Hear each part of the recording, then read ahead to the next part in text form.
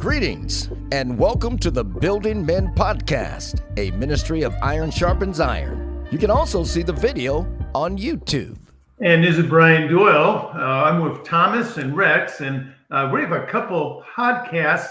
The next two are going to be very specific, and they're going to go together. And they're really for guys who are involved in ministry to men. So if you're involved in ministry to men, you're in the right place. What we'll be talking about are just tips that we've learned over the years. Doesn't mean that we've got it all figured out. You've got a lot figured out. We just want to share what we've learned so that we can learn together. These tips are about mobilizing men. I'm going to say to any kind of event, but we're going to be talking about Iron Sharpens Iron, which is an off-site event. But the principles here, I guarantee you, will help you in any and every men's ministry situation, whether it's a men's breakfast, whether you're doing a fatherhood tune-up, whether you're having an outreach to men, all these things, the principles are going to be very relevant to what you're doing in your local church. So what we're going to do on this particular podcast, we're going to take the first half, we're going to do tip 1, 2, and 3. We're going to just have a little dialogue about them. And then we're going to break. Next podcast will be on 4, 5, and 6.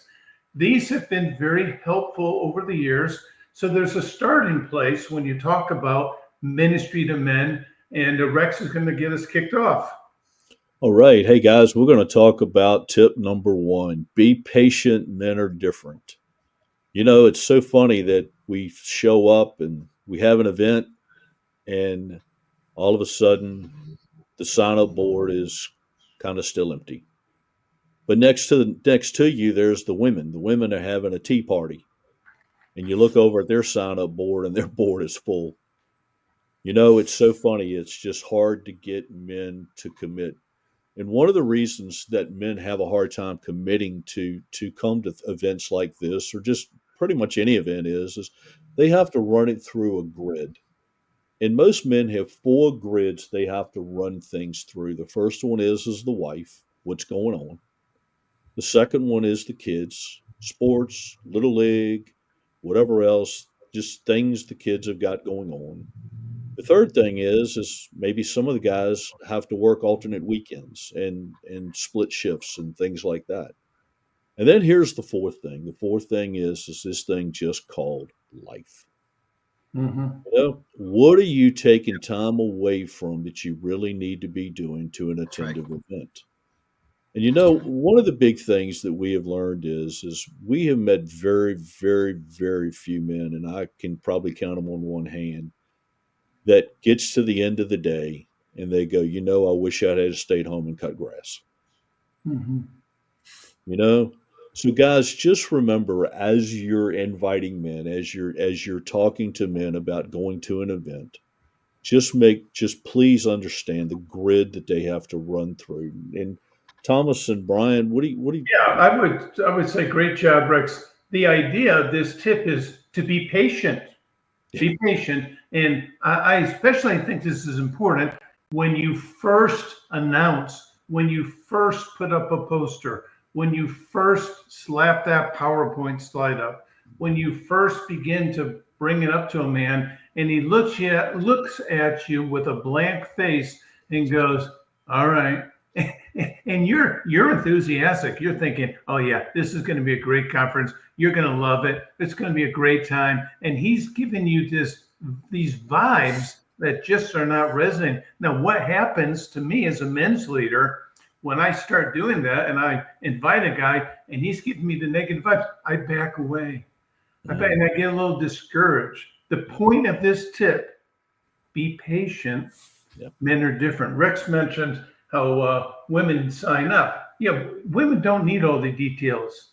They just need to know we're getting together, put me down. Yeah, I remember talking to my wife, Barbara, about this and saying, well, you don't even know what we're doing that weekend. She goes, that's fine. We'll figure it out. Mm-hmm. I want to go to this. I go, okay. Yeah. The felt need is stronger typically among most women than it is for most adult men. Most adult women are looking to get together. Most adult men, sadly, are not looking to get together. There is a 20% But the 80% rule is most men are not waiting till you make that announcement. When is the next men's event? So be patient. Yep. Men are different. Yeah, and I want to echo what you some of what you're saying, Brian. There is that being patient does not mean doing nothing. So a big key phrase for me in this at this time is to be soft but subtle. There's a time you turn off soft and subtle, and we'll talk about later when we get to one of the other tips. But now we just want to softly remind the guys about what's going on and what's coming up. We don't want to blow them away. We want to respect the fact that they have us. We want to respect the fact that when we come to them, they probably got something going on. Right. They're probably not waiting saying, boy, I hope Tom comes to me with something else that I could possibly do. No, we have to recognize the fact that they do have some very insignificant things that they have to filter through to do that. But I like the concept of being soft but subtle. And patience does not mean patience is about having an attitude, not so much a lack of activity. Right? There and are. actually, I think that's a good. Yeah. There are church Yeah, leaders, and the reason again for this tip for you guys who are church leaders, small group leaders, you announce this to your small group, is not to be discouraged. This is really another way we could title this. Yeah. Don't be discouraged. Yeah. When they look at you with a blank face, when they sigh. I had a guy one time who came up, we're doing these Iron Sharpens Iron conferences every year. And, it's the guys in my church, they seem kind of enthusiastic. So it's the first week of our new sign-up period for the new conference coming up in the spring. And a guy comes in, he looks at me, he looks at the poster, and he goes, wow, already? And I'm thinking like, well, thanks a lot. I mean, it's been a year. It's been a year, 52 weeks or give or take. And it's like, so low felt need. Yeah. That's what he was saying. Right. Yep. So, guys, remember, be patient. Men are different. Now we're going to talk about you need visibility. So being patient really is a good transition to the next tip, which is you need visibility. So again, you're being patient, at the same time you are doing what you need to do so that guys know what's coming up and what's going on. So visibility translates to the fact that everyone in your local church is aware of the event. That's what we're saying, is that everyone in your local church is being made aware of the fact of this upcoming event. And this is so important because, I have found the biggest champions of men's ministry and men's conference, again, are women. They want to be positive encouragers, which the less theological would translates to be nagging, but they want to be positive encouragers to the men showing up to the event. So we want the entire church to be aware of that. Now, optimal, of course, we'd love to have we'd love to have an announcement on Sunday morning, and it'd be great even to have an announcement, a set aside announcement from the pastor. But at the very least, we do want a presence on Sunday morning while we're waiting for the event to come on. So the big key there again is we need visibility, and visibility translates to the fact that everyone in your local church knows that this event is coming up. So, guys, what would you add to that?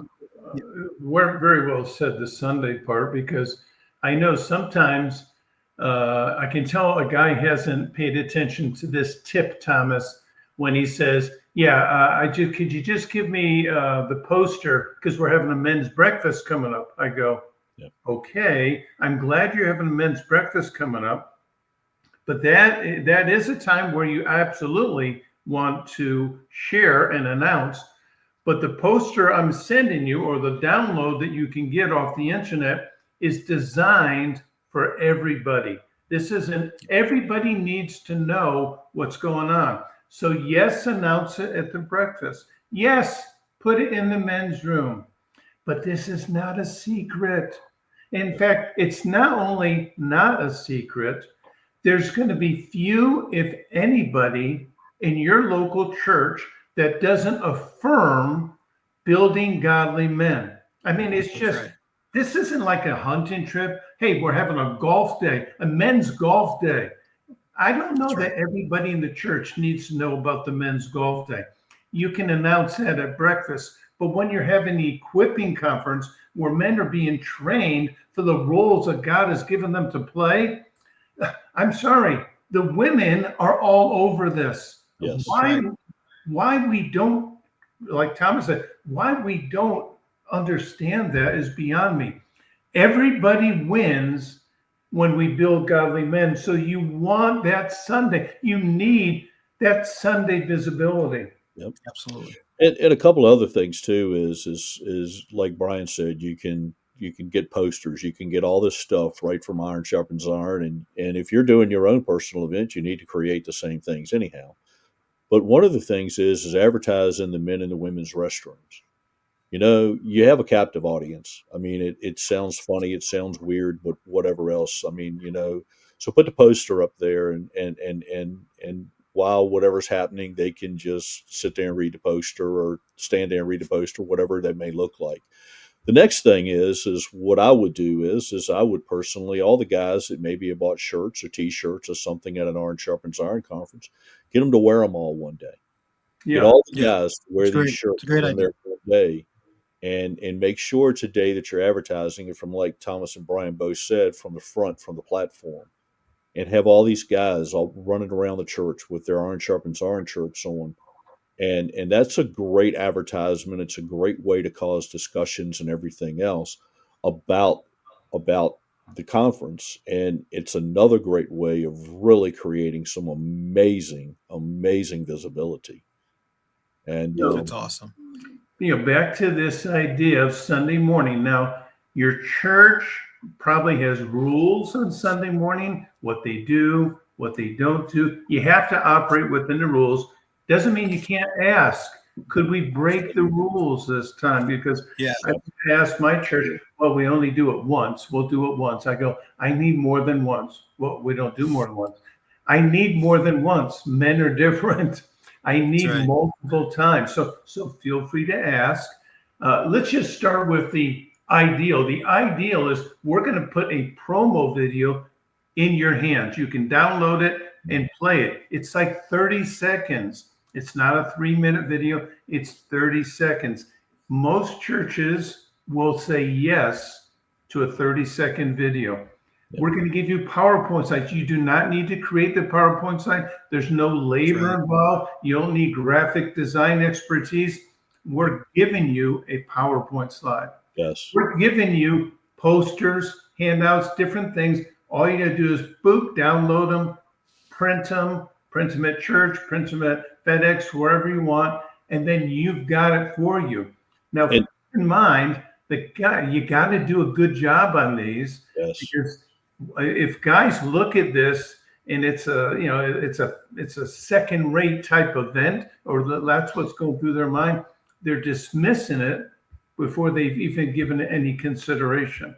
So yes, you need visibility.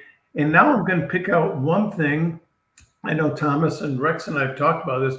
This is the real ideal, when the pastor or a teaching pastor or associate pastor, someone from the pulpit on Sunday morning says something like this: hey, men, I'm going to, in this case, Iron Sharpens Iron. I hope you'll consider going with me. I'll sign up here. And he gives them a how-to, what to do next. The difference is this: come with me, join with me, versus you should go to this. It's completely different. It may not sound like much, but it's completely different. One is an invite to come with me. The other is a directive that you should go to this. Men don't need directives. They need invitations. And you know, Brian, one other thing that we have not mentioned is in those packets that you can request, there's this thing called the conference game plan. The conference game plan is an amazing tool. And the other thing about the conference game plan too is a great tool to put in front of your elders and your pastors. You know, it kind of gives them kind of the big overview, kind of like the view from 30,000 feet. So I would strongly suggest, if you can't find it, contact one of us and we'll be happy to get the game plans in your hand. So game plan is what to do before the conference, which is kind of what we're talking about today, but also what to do at the conference, how to transport, how to get there, what to do together, eat together, dialogue together, shepherding people as you go through Iron Shepherd, and then what to do after conference. So before, during, and after. There's some little nuances in this conference men's ministry that you want to take advantage of. So we've talked a little bit about men are different, be patient. We've talked about visibility. You need it. You need that Sunday morning visibility. And now we're going to talk a little bit about how some guys may view this as just more church stuff. Isn't it at a church? Yeah, it's at a church. Feels like another Sunday morning stuff. It's not Sunday, it's Saturday. It's Saturday, and it's going to be a different experience for the guys. So here's part of our responsibility as a men's leader is to explain how it's different. So I've got a couple things on that. It's at a church. We want to do it at a church. Churches are set up for conferences like this. I can tell you, Iron Sharpens Iron, years ago, we did a large event at the downtown in Hartford at the convention center. It was just cold and didn't work, and it didn't feel right. And it was like going to a business event. It wasn't like there was too many pluses to it. Churches are designed for this, but it's not like church, because what it is, you've got hundreds, maybe 1,000 more men. I mean, you go to church, it's not full of men. There are men there, hopefully, but it's not full of. This is unique opportunity to be part of a critical mass of men. I almost call it like an army of men. And very rarely, if ever, are the men in your church going to be part of something like this. This is a very unique experience. The other thing is that masculine context, when you have a critical mass of men, so we set up these conferences so that we almost fill the sanctuary. We're looking for churches that are just the right size for that type of event in that location on a Saturday. And then we've got this masculine worship. Well, what's masculine worship? Well, worship with just men.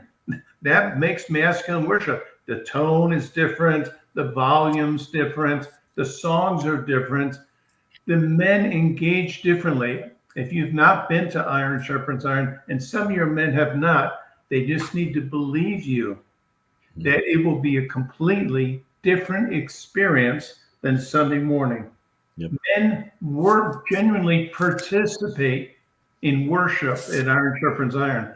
Their emotions are engaged in when they worship, when they participate, when they sing, when they praise, when they raise their hands.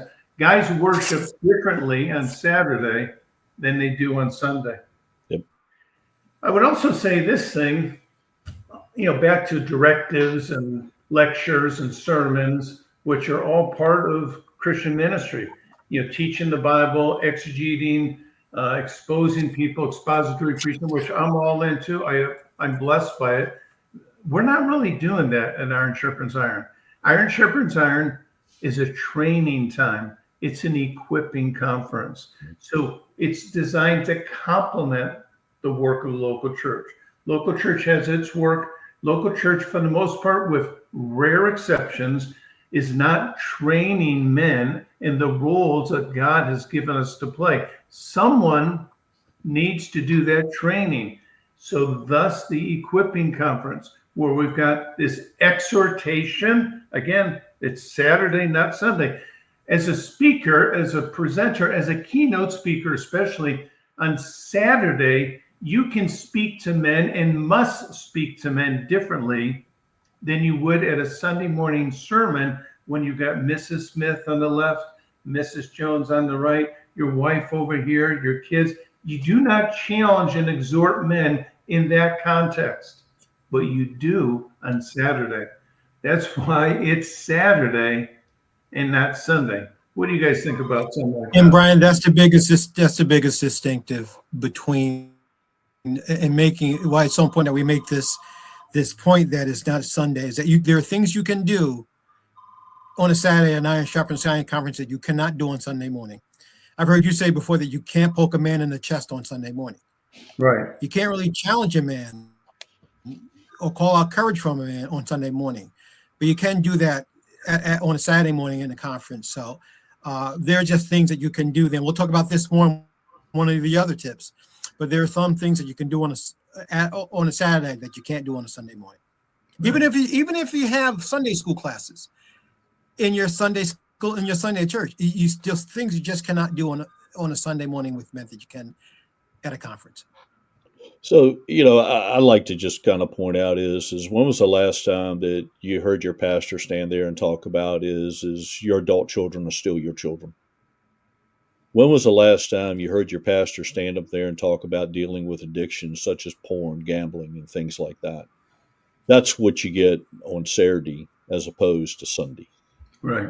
Now, and then the other thing, one of my favorite things that I just love to do, and I'm going to talk about this very simply, very briefly, is I love to watch the guys walk into the sanctuary on the opening.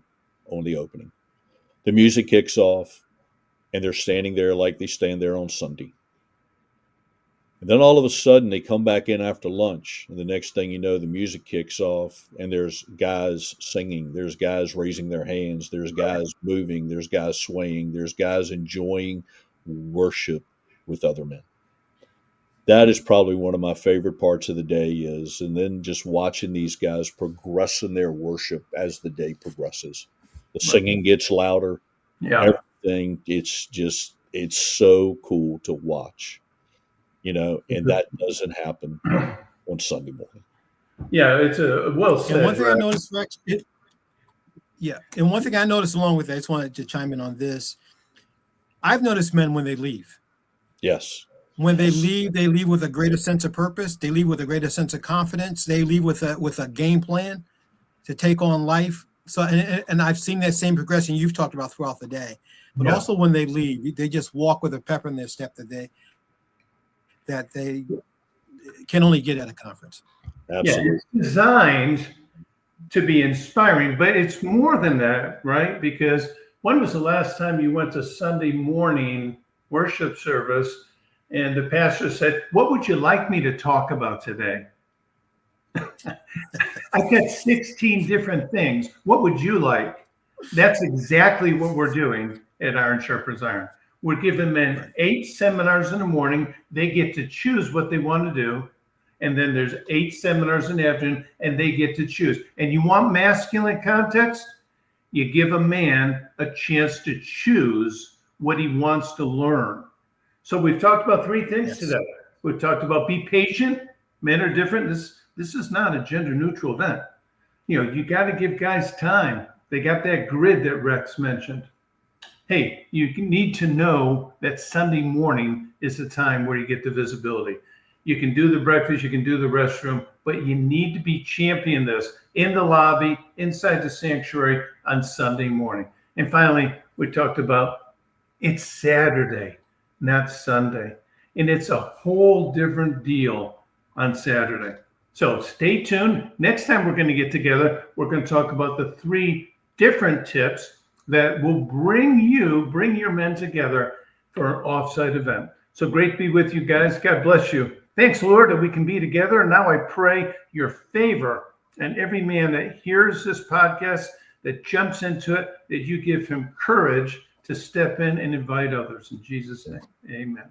Amen. All right, guys. See you.